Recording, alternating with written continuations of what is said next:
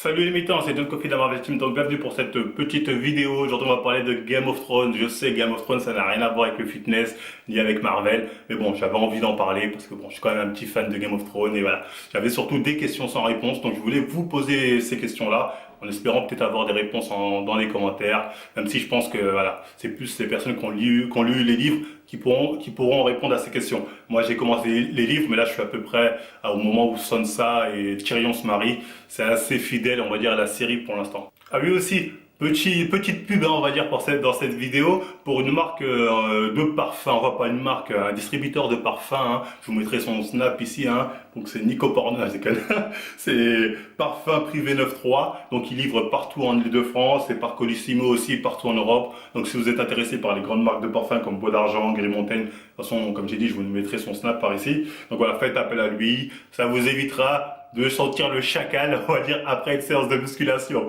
Donc voilà, Parfum Privé 93 sur Snap. N'hésitez pas à le contacter si vous voulez des parfums de bonne qualité, j'ai envie de dire quelque part. Pourquoi il y a tant de questions sans réponse à la fin donc de la saison 8 de Game of Thrones? C'est tout simplement parce qu'ils ont arrêté de suivre les livres, tout simplement. Au bout d'un moment, la série a rattrapé les livres et du coup, ils n'avaient plus de support papier pour pouvoir écrire une histoire cohérente, et donc voilà, ils ont dû faire remodeler à leur sauce et ça n'a pas donné un truc très top et beaucoup de questions sans réponse. On voit souvent ça dans les mangas quand ils adaptent des mangas en animé. Parfois quand le manga rattrape un peu trop l'anime, soit ils font des hors-série, soit ils font une fin alternative qui n'a rien à voir avec le manga, et généralement ça donne un peu une fin de merde, hein. Je me rappelle un peu, ils avaient fait ça avec GTO à l'époque, avec Rave Master aussi, avec comment ça s'appelle, Tsubasa Chronicle, enfin bref, plein de mangas comme ça qui, voilà, au bout d'un moment, comme ils suivaient plus le livre, ils ont dû faire une fin à l'arrache et c'était pas top. Donc bref, Game of Thrones nous ont fait un truc comme ça.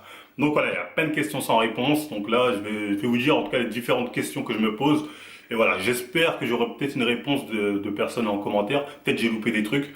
Peut-être qu'il y a des gens ils sont un peu plus loin que moi dans les livres.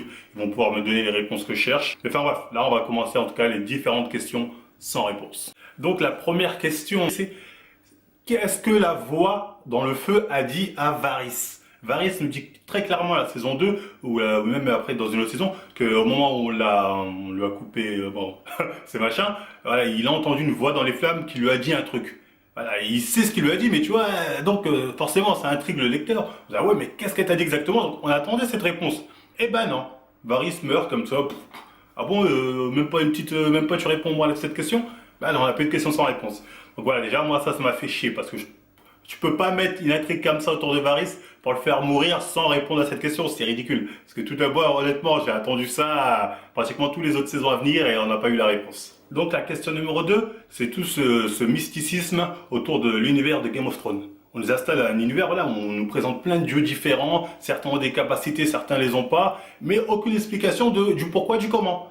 Tu regardes par exemple le dieu du feu, je crois que c'est comme ça, de la lumière plutôt, bah, lui il peut ressusciter les gens, il permet à la déesse rouge là de pouvoir voir l'avenir ou des trucs comme ça. T'as le dieu mille visages qui permet donc aux gens de changer de visage, hein, comme Sansa. T'as les anciens dieux, hein, qui, je crois, comme pouvoir, bon, il y a la corneille à trois yeux, je crois qu'elle est liée aux anciens dieux. Il y a les zoomants aussi, ceux qui peuvent on va dire, téléporter leur corps dans des animaux. Voilà, donc certains dieux ont des pouvoirs et t'as d'autres dieux, comme les nouveaux dieux, bah, Osef, pas de pouvoir. Le dieu noyé aussi, bah, Osef, pas de pouvoir. Et pourquoi? La question c'est ça, c'est-à-dire, on t'installe tout cet univers avec des différents dieux, différents pouvoirs, sans t'expliquer pourquoi, tu vois, c'est ça, je sais pas, ça te reste au travers de la gorge. Je te dis, attends, j'aurais bien aimé une explication là-dessus. Moi, je l'attendais. Je l'attendais. Pourquoi Miss Sunday, je sais pas quoi, dans les flammes, elle a vu d'abord Stannis gagner et elle s'est gourée. Pourquoi? Qu'est-ce qu'elle a entendu exactement? On aurait bien aimé savoir ça. Donc voilà, des questions comme ça sans réponse. Moi, je sais pas, peut-être vous avez la réponse. Donc encore une fois, j'attends de voir ça en commentaire. L'autre question sans réponse pour moi, c'est: à quoi sert la corneille à trois yeux? À part voir tout ce qui se passe dans le monde, j'ai vu ça, j'ai vu ci. À quoi elle sert, tu vois, concrètement à quoi? Parce que on nous a ramené Bran, comme quoi il devait devenir la corneille à trois yeux, que c'était important pour je ne sais quoi. Mais on nous a pas expliqué pourquoi. Il est devenu la corneille à trois yeux comme ça et c'est tout. Et ça a rien changé dans l'impact de l'histoire, c'est ça le pire. Ça n'a absolument rien changé.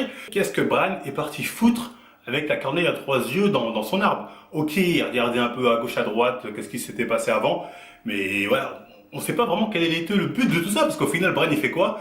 il va regarder ce qui se passe sans l'autorisation du vieux dans son arbre, il se fait toucher, le marcheur blanc arrive, il tue tout le monde, il tue la corneille à trois yeux et Bran devient la corneille à trois yeux. Mais tu dis, mais quel était le rôle de Bran? C'était de se faire choper, en gros il est juste venu donner, on va dire, l'occasion au marcheur blanc de pouvoir tuer la corneille à trois yeux. C'est juste ça son but alors. Je me pose vraiment la question, quel était vraiment le rôle de Bran avec la corneille à trois yeux? Pourquoi de base il est venu voir, qu'est-ce qu'il voulait lui apprendre absolument qu'il n'a pas pu lui apprendre parce que en définitive les marcheurs blancs sont venus. On n'en sait rien. Après Bran, on sait juste que voilà, il devient bizarre, il a changé, il devient la corneille à trois yeux, mais voilà, sans plus. Donc je suis désolé. Pour moi, il y a encore une question sans réponse. Donc encore une fois, si vous le savez, en commentaire, j'ai hâte de lire ça. L'autre question, c'est concernant les marcheurs blancs.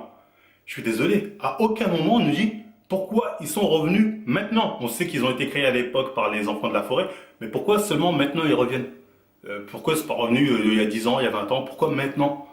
Là aussi, je suis désolé, c'est une question sans réponse, on ne sait pas. Donc si vous le savez pourquoi maintenant et pas il y a 10 ans, il faut bien une explication à ça. Voilà, j'ai hâte de voir la réponse aussi. Donc l'autre question qui concerne aussi les marcheurs blancs, c'est pourquoi les marcheurs blancs, en tout cas le Night King là, pourquoi il a besoin des petits garçons pour les transformer en marcheurs blancs, mais avec les cheveux blancs là, j'ai oublié comment ils les appelaient ceux-là, enfin bref, voilà, pourquoi les petits garçons seulement et comment ça se passe, voilà. On aurait bien voulu une explication là aussi. On nous dit rien. On nous montre ce fait. Comme quoi, voilà, il prend les bébés du mec là, de la garde de nuit et qu'il les transforme en marcheurs blancs, mais on ne nous explique pas pourquoi et comment. Donc je suis désolé là aussi, pour moi c'est une question sans réponse, mais une question de ouf encore une fois. Donc voilà, si vous avez la réponse, j'attends ça. Donc l'autre question sans réponse, c'est le pouvoir de Bran. C'est-à-dire, ok, c'est la corneille à trois yeux et il voyage à l'œil, il peut tout voir, mais on nous a aussi montré une autre particularité de son pouvoir. En tout cas, une action due à son pouvoir, c'est-à-dire quand il remonte le temps et que Hodor pète les plombs alors qu'il est gosse. Et en gros, voilà, l'action qui s'est passée dans le présent a eu un impact sur le passé de Hodor, mais le passé de tout le monde en fait. Je sais pas si vous voyez, on dit Hodor et on voit Hodor gosse qui est là, Hodor, je sais pas quoi.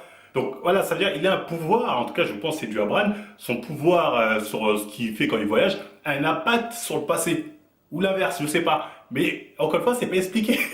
Tu vois, c'est pas du tout expliqué. Donc je suis désolé, on nous montre un truc comme ça et au final, Osef. Non, on n'en dira pas plus. Donc j'espère vraiment que dans les bouquins, on va en savoir plus là-dessus parce que grosse question sans réponse. Et je pense qu'elle a un lien direct avec la prochaine question sans réponse. Donc là, on va finir avec la dernière question qui est pour moi peut-être la plus importante, en tout cas celle que j'attendais depuis longtemps, depuis la saison 1. C'est pourquoi le roi fou est devenu fou? Parce qu'il n'a pas toujours été fou. Donc voilà, on nous explique qu'il a pété un plomb, il commence à dire brûlez-les tous, tout ça. Mais au final, on nous explique pas pourquoi. C'est-à-dire, on n'a aucune raison. Peut-être certains vont me dire, ouais, parce que son fils Rhaegar est mort, donc il a pété un plomb. Non, il y avait une autre signification derrière brûlez-les tous pour le roi fou. C'est pour ça que je pense que, en fait, sa folie de dire brûlez-les tous, je pensais en fait que ça avait un rapport avec voilà, ce qui allait se passer dans l'avenir avec les Night King. Il a pas dit, il a pas pété un plomb, brûlez-les, même quand il se mange une épée, et il continue à dire brûlez-les tous. Je me suis dit, il y a forcément eu un impact dû à ce qui va se passer dans l'avenir. Mais, je sais pas, je me suis dit avec le pouvoir de Bran, il y aura un truc qui va nous faire comprendre pourquoi il est devenu fou, le roi fou, mais question sans réponse encore une fois, je comprends pas. Donc voilà, j'espère vraiment que dans les livres, on aura les réponses à toutes ces questions. Et certainement que j'ai oublié encore, parce que là je le fais un peu sans préparation, de tête comme ça le truc, j'ai oublié d'autres questions sans réponse, faudrait que je me remette la série pour vraiment avoir toutes les autres questions sans réponse. Mais voilà, il y a de gros trous dans la série et honnêtement ça fait défaut à l'ensemble de la série parce que la série voilà, elle était nickel. C'était la meilleure série, moi je l'ai suivie depuis la saison 1. Voilà, j'étais comme ça fait 10 ans que je la suis cette série. Donc voilà, moi j'étais là, chaque question sans réponse. Alors bientôt ils vont me dire ça, ok je comprends en fait pourquoi le lien de ça. Pour au final, Peanut, voilà, t'as qu'à lire le bouquin, il va te faire enculer. Bon je vais m'y mettre, comme je vous ai dit, j'ai déjà commencé. Mais bon, je trouve ça un peu dommage. Donc voilà, après, c'était tout pour cette vidéo. Encore une fois, j'espère vraiment qu'en commentaire, là, on aura peut-être j'aurai des réponses à certaines de mes questions. Donc voilà, j'ai hâte de lire vos commentaires. Après, si ça vous a plu, comme d'habitude, on like, on partage, on s'abonne. On n'hésite pas aussi à nous suivre sur Facebook et surtout Instagram. Comme vous le savez, là, je fais encore une dernière vidéo. Après, je vais me calmer un peu avec YouTube. Les gens disent, tu dis toujours ça, après t'enchaînes des vidéos. Non, là, je vais vraiment me calmer avec toutes ces histoires. Ça me gonfle un peu. Donc voilà, on n'hésite pas à nous suivre sur l'Instagram marvel.fitness. Et moi, je vous dis à la prochaine émission.